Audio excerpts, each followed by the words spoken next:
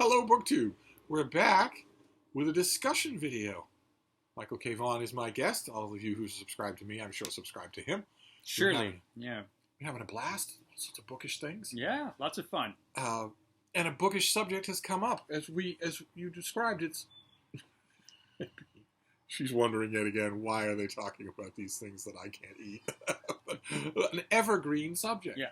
The subject of book formats. The subject of how you read what you read. What your, sorry, the baby's going nuts here. What your delivery system is. You've had a bit of an evolution on this over time, yes? You're old enough to remember when there was no option. I do remember when there was... Well, the options were limited, right? Books used to be... First of all, there were no ebooks. There were no electronic books. And very often it was a choice between a hardcover and a paperback. Yeah. Right? I have props. Yeah. I have props just in case. Like forever and ever. Right. You had a hardcover. You all know what a hardcover is. Or you had a mass market paperback. Or then later trade paperbacks showed up. I think these evolved from... I think the term and the format evolved from the fact that reviewers would often get this in paperback as a kind of a trade review type thing. And those forever and ever were it. Yeah. So do you remember your first e-reader? Oh, my first e-reader was the second generation Kindle. It wasn't the really weird one. The first Kindle was really weird. I remember that. A lot of you probably have that original. Yeah. That had keys and whatnot. It's like a BlackBerry. Yeah. Yeah. The second generation Kindle actually had a little keyboard. It did not have a light. So it was just like kind of a gray screen with the text, and you controlled everything with like arrows and the keyboard. It wasn't a touchscreen. Now, when you... Okay, the Kindle second generation was the first one you got, but when was the first that you were aware of e-reader devices being out there? Do you remember if you were initially skeptical? That'll never work for me. That can't be a real book. Can't be a real reading experience. I remember thinking that the idea was really cool. Right? Well, yeah, Star Trek. Yeah. Star Trek fans would think that. I like the idea of it. I was skeptical of the device itself. Did your second generation Kindle have good battery life? Yeah, it did. From what I remember. And, I mean, do any of you have that device? Do they still work? If you went on the eBay marketplace, could you find a second generation Kindle that still works? And maybe takes side-loaded content? I don't know. I have some very old Barnes & Noble Nook that don't basically work anymore. I wouldn't know, because those were a long time ago. What was it, 2007 maybe? Maybe even longer than that. Yeah, so you got your second generation Kindle and you liked it. I did like it. Do you remember that process? Did you fall in love with it, or did you like it right away? I liked it. There were issues with it. You know, they were a lot clunkier than they are now. I was surprised by how many typos even professionally published books had. I mean, there's still issues with that now, but back then it was pretty terrible. I think the issues are downplayed now because AIs crawl through the text, Maybe, and clean it just a bit, or that is more and more advanced, so that little dangling parentheses or quotation marks won't be there. But I don't know. No, they're still out there. So you had the second generation Kindle and you were happy with it. Mm-hmm. The natural question that dogs this whole subject is upgrades. When did you decide to upgrade? It wasn't... I kept that one for a while. I can't remember. I've had so many Kindles. You know, Have you really? I've had a lot. And do you still have them? I have quite a few of them. Like, I have an Oasis sitting around that I never use. I don't have that keyboard Kindle anymore. I think I gave it away. But there was some cheap Kindle that came in between. I still have that. I still have a few of those old Kindles. They just never get used. And they have books on them. So you could Well, theoretically use them. Yeah, you could still access the cloud, your Kindle store on them. So you could still use them. Kindle, of course, I mean, they're the industry leader. They're also in the news this week because Amazon had a big product display event and surprised the whole world by announcing no new Kindles, no new models of anything.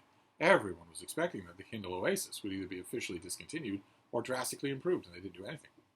It was kind of weird. You know, Amazon leads the market, and this event of theirs was, in a way, kind of implying that we don't think there's a future in this. We're not going to bother. We're not going to put hardware or software into it. So this was the last one that they did. This is the last Kindle Basic that you can get in blue or black. And the only other prop I have is a tablet, but you all know what a tablet is. So but that raises another often raised question, which is e-ink versus the alleged harmful blue light of a tablet. Do you find that to be true? Would you rather read on an e-ink screen? Like, you've got a Kindle right there. Would you rather read on that than on an iPad or a tablet? Oh, yeah, definitely. Why? It just seems more comfortable. Okay. Like, if you're going to read for a long period of time, to me, reading on a tablet is kind of like looking into a flashlight after a while, you know? That's what a lot of people say. I don't know that there's... I mean, it seems to make perfect sense. To me, it seems perfectly sensible that it would be true.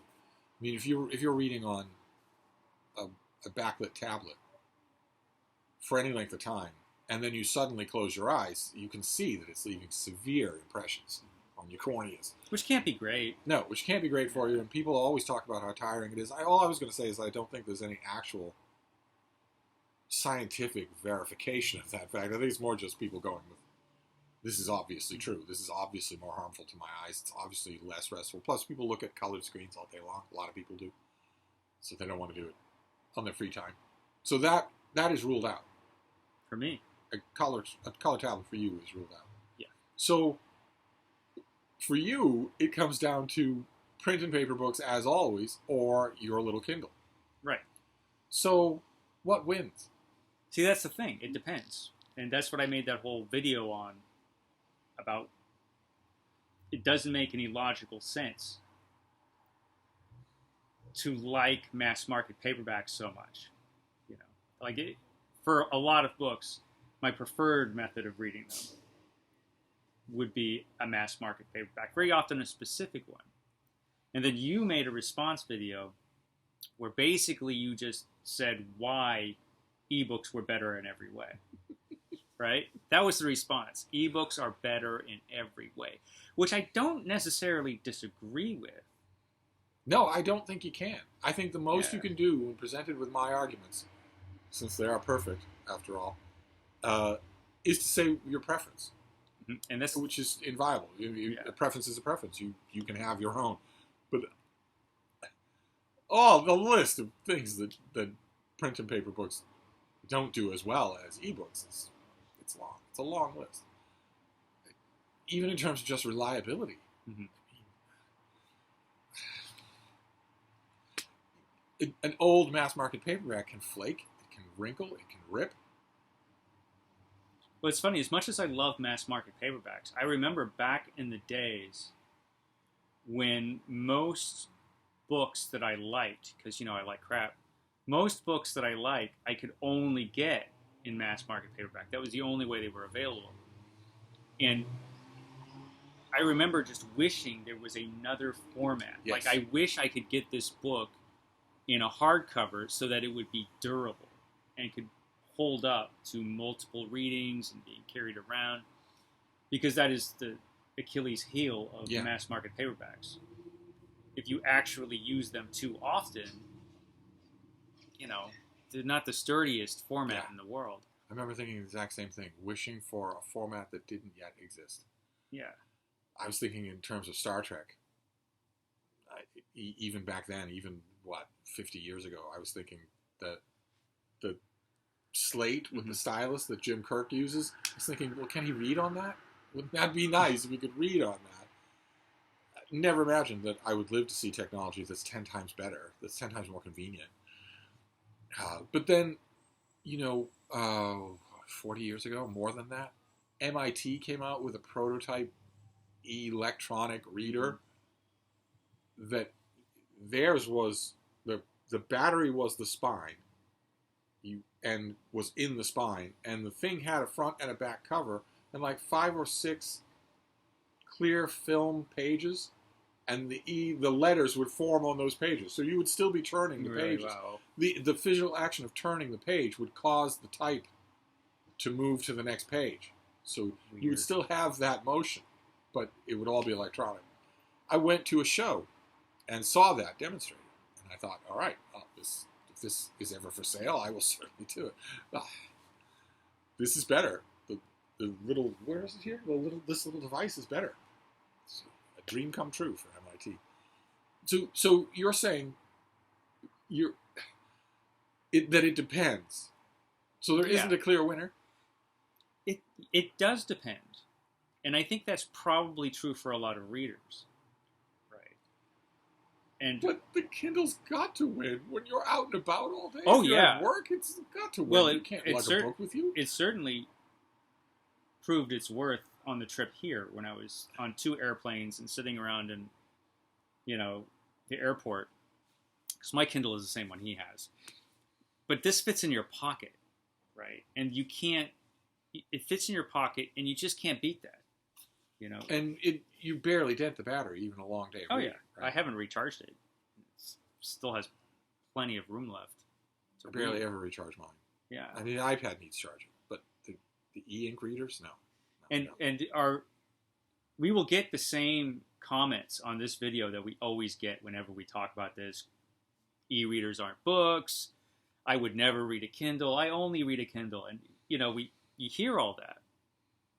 But the basic fact, I think, is with what you get with an e-reader with the book is that it's what a book really is boiled down to its most basic form, which is it's just the words. There's nothing physical. There's no paper. It's just the words which you pull up and read. That's it. That's all it is. It doesn't physically exist in the world once you turn the machine off. And there's something I think that people just don't like about that. It's too elusive. It's too weird. It's not. Doesn't feel real. It doesn't feel real In the way that. Yeah. I mean, looking past this MacBook, we're seeing just shelf after shelf of books. Those feel different. And we all feel that way. I mean, you have how many copies of Moby Dick and I have lots Dracula and lots and all that? I mean, I feel the same way. Yeah. But I don't fault. I worried that e-readers would not deliver that. I remember reading my first ebook on my phone and being completely swept away. It was just the words, and it worked just fine. That was the one thing I thought e-reading wouldn't do. I thought I'd always be aware of the gadget, and I was not. So I prefer it. Yes, I have all of these books. I'm working on that, but I prefer it. I definitely prefer taking an e-reader. Like this gorgeous thing. This is the Books Note Mini. Look at this thing. It's a... Oh, God. It's a... Here, let's see if it will... It's a color e-ink reader. Look at that. Look at that. Just amazing. I have to try this thing out. But almost always, if I have a choice, I will go with the ebook. In fact, when I'm setting up reading for the night, I'll check to see if I can make it possible. A lot of publicists will send the ebook copy of a book and ask you, do you want a print galley copy? I always say yes, but I've got the ebook. It doesn't have any bells and whistles, but it's right there, and it's so convenient. It's like you said, it fits in your pocket. It's always in the hand. It's always on the nightstand. It's always nearby. So, but given you have specialized tastes. I do. You like lots and lots of specialized things. So it's unlikely that you will ever be all digital. Oh no, it will not happen. I will never go all digital because first of all, a lot of books that I like and am interested in aren't available as ebooks for some reason. But even if they were, Some books you just love the format. Exactly. Some books I do. I don't know why, but I do. I mean, there's something cool about books anyway. You know, they just look great. They're just their books are just cool. They're cool objects, right? No matter how inconvenient they could be to read or convenient to read, depending on the book. They're just as objects. They're cool. And It's just matter of factly. And sometimes books can be beautiful objects, depending on how snazzy they are or how nice the cover is or whatever. And certainly with me, there are specific books that there's a specific edition I would want to read. And a lot of that is nostalgia. And a lot of that is just like, look how cool this is. I want to read it in this because look how cool it is. Everybody listening is nodding when you say books are just so inherently cool. Yeah. I want to point out again, there are just a hair shy of 10 billion human beings on Earth, and 10,941 of them love to read. 10,941 of them. So in 2 days, enough humans die just in the normal course of events to take care of all readers. I could practically fit all the dedicated readers in the world here at Hyde Cottage. They could all fit. It's like a palace here. And they could all gorge themselves on food from the place next door. they'd be overjoyed to help you with all the calzones you want. But most readers, I think, it's weird. There are a lot of readers who just love their Kindles so much. But like on BookTube, the people that love their Kindles so much, you look at them behind them, there's like huge bookshelves for the books. And what about the reverse? Do you ever get the impression that some never Kindle people have never tried them? That they're resisting out of fear? There's a lot of people that won't try them just because they don't like the idea. Well, it's like you say, there's a jumping off because they're not real. Right. They're not real in the way that books on your shelves are real. Except the reading experience is as real. Yeah. The reading experience is every bit the same. Every time we do this kind of conversation, somebody will say they are not real books. Even though the words are exactly the same when you read them. So the typical question that will come up, the typical worry will be that you're just leasing them from Amazon. You don't really own them. Well, that doesn't bother you much? This is a whole other issue, right? That has nothing to do with the actual technology itself. That is the people who are giving you the technology. You're the one who scared a whole bunch of people on BookTube into going all paper for their TBR. Rightfully so, I think, and this might be coming more from the publishers than it is from Amazon. I think Amazon would not care what they sold you as long as they made money. Amazon would sell you stolen babies if they can get away with it and they could make money. They're evil. They don't care. They wanted to control everything though. Not just the books, but the means of delivery. They get everybody to have a Kindle. They corner the market on the e-books so that that's where you're going to shop, and suddenly they've got a license to print money. We shall see. And yet, it's interesting that they don't have any new models of Kindle on the horizon. So big event. Everybody was watching. The smart money down the line was that they were going to announce an improved Kindle Oasis. At least that. Nothing at all. And no other ebook reader is snoozing like that. They're all making new models. So does this mean that Amazon just for the foreseeable future has nothing new? It could be that the new Kindle Paperwhite. So next generation from the one that I don't have it here, but the normal flat-faced Kindle Paperwhite. The new generation after that is bigger, with a sharper screen, brighter screen. And then the new Kindle Basic, which has the bezels and light as a feather and it's really, really sharp. They might be looking at those two devices and thinking, that's about as, we couldn't meaningfully improve these. So we'll just leave them the way they are. They're mighty good devices. You get a lot for your money. They're everywhere in the world. They are absolutely standard. Maybe they just don't feel greedy this year. I don't know. Maybe well, see, I doubt that.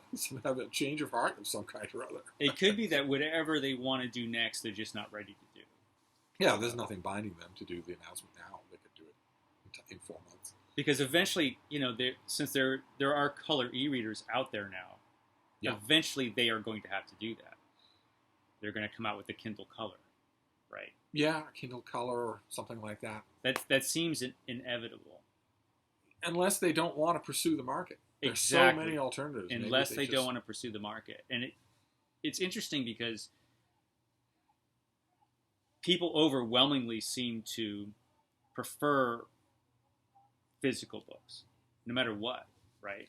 The sales those do seem to be the numbers. Yeah, the sales still, the sales are still there for physical books. People get excited about physical books in a way that they're not going to get excited about ebooks. Right, and the sales of e-readers and ebooks seems to have flatlined just a little compared to young people, especially like print and paper books, like analog books. I don't get that at all. But I don't know how many of these statistics are accurate or trustworthy. It certainly sent a little shockwave through the world of e-reading. The world's greatest e-reader doesn't seem all that enthused. That was kind of weird. But I mean, you have that Kindle is just a couple of years old. It's never going to not be usable. Yeah. It doesn't have. I mean, you go to those second generation Kindles. You can look at them. Even at the time, you could look at them and say, "Well, this has lots of moving parts. It has keys. This could easily break or break down over time, even if I'm careful with it." But a single slab with no moving parts, those old Barnes & Noble Nooks that I have are 10 or 12 years old. They still turn on. They still work. They don't have enough internal storage to take a side-loaded file, even a couple. So I'm basically stuck with whatever's on them. I've reached the limits of their memory, but not their technology. They still work just fine. They're so simple they could not work. So you picture yourself always having one of these. A Kindle? An e-reader of some kind. I probably always will, as long as they have dedicated e-ink e-readers, as long as those are around. Oh, it's a siren. I'm shocked. That never happens around here.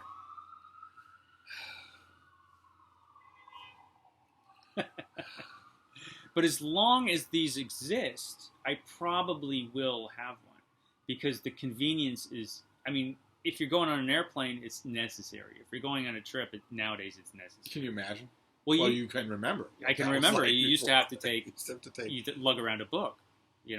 Even a paperback book is a pain in the ass compared to this. Yeah, or if you're going on a long vacation somewhere where there were no books, you had to make room in your luggage for 4 or 5 and hope that you were near a bookstore. With a Kindle, that's not necessary at all. Not at all. But I was going to ask you, so you can always foresee that you're going to have one of those. Mm-hmm. I was going to follow it up with, but you can also foresee yourself buying books, but you're on a book buying ban. He's on a 500 book buying ban. And you've read like 13 out of the 500. It feels like it's right around there. It's right. The number's right around there. It's going to take you 10 years. It's going to take a while. At the current rate of numbers that you talk about on your channel, it's going to take you 10 years. It could take 10 years. I could be 60-something by the time I'm done. I was 100% certain that the buying ban would not survive the Brattle Bookshop. It did survive. Might not survive tomorrow. We'll have to see. More book hunting tomorrow. I'm working on it. I'm working on it. 500 is an arbitrary number. It's just, you've made inroads. If you're worried, it started as an arbitrary number, but now it's solid. If you're worried about reading more of the books you physically own, the other alternative would be to get rid of 5,000 of the books you physically own. I got rid of 2,000 of them. Still a lot of books. Got rid of 2,000 books and still kept the 500 book challenge. Why? Why? Because I still have so many. You still have all those boxes? Do you have all those plastic tubs still of mass market paperbacks? Of course. Well, I'm not going to get rid of those. I'm not insane. But they're not on shelves. They're in these tubs. They are. Eventually, though, they're going to go on shelves. It's a whole thing. I had to. It's a whole thing. We had construction done. The house is different, but finally, it looks like I'm going to be able to put them on shelves. Some of them are going to stay in tubs because there's just too many. But. So, this is an evergreen conversation. We could keep having it, but to wrap it up for now, what about the rest of you? Where do you stand on this subject? Does your reading split all over the place? Sometimes a print and paper book just because, other times an e-reader, and other times a backlit tablet? A lot of you gravitated away from backlit tablets? If you're going to do any e-reading, it's going to be on a dedicated e-ink reader?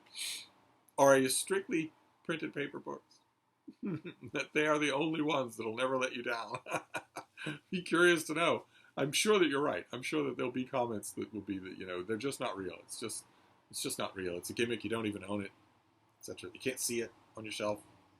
And a lot of those arguments about you don't really own it and things like that, those are legitimate arguments. The way ebooks are set up now with digital rights management and all that, that has nothing to do with the technology, though. The technology is sound, right? Yeah. I mean, the experience of reading a book on an e-reader now, as far as the technology stands, is great. All that other stuff is that Amazon is evil. Yeah, well, Amazon's evil. Publishers are evil. There's greed everywhere. Those are all unresolved issues that you do not have to worry about with a physical book, right, because it already exists and nobody can come in and take it from you or anything, or edit it, Right. So those are legitimate issues. They just don't really have anything to do with the reading experience of reading an ebook. I always comfort myself by saying, well, you don't technically own a book that you buy from Amazon, but you can read side-loaded material on your Kindle. For now. And you do own that. But right, Amazon, in 1 minute, a tech could say, we're sending out a software update to every Kindle in the world that no longer reads side-loaded material. It's going to be blank. It's going to be a blank file to you. You have to read our stuff on our devices through our store. That would be easy to do. Mm-hmm. But there are other e-readers. There are. Kobos would never do that, for instance. Wide open. Android devices will be wide open for forever. So, I want to hear about it. I want to hear all the answers here. That's a little bit. A lot of you like to poke fun at me when I say all ebooks all the time, they are infinitely superior. And every time I do that, I'm always in the middle of making plans to go to a used bookstore the next day. And that is happening. It's odd. I acknowledge that sometimes I like both. Sometimes that is true. But every time I put it to the test, every time I do, I end up preferring the ebook. I was rereading a chunk of The Mirror and the Light by Hilary Mantel. I have a big, lovely trade paperback, UK trade paperback, and eventually I was worried. The weight of the thing, I was thinking, is this going to pull the cover off? Am I going to wrinkle the cover? Am I going to roll over on this? Is the little bean going to roll over on this? And eventually I just called it up on my e-reader.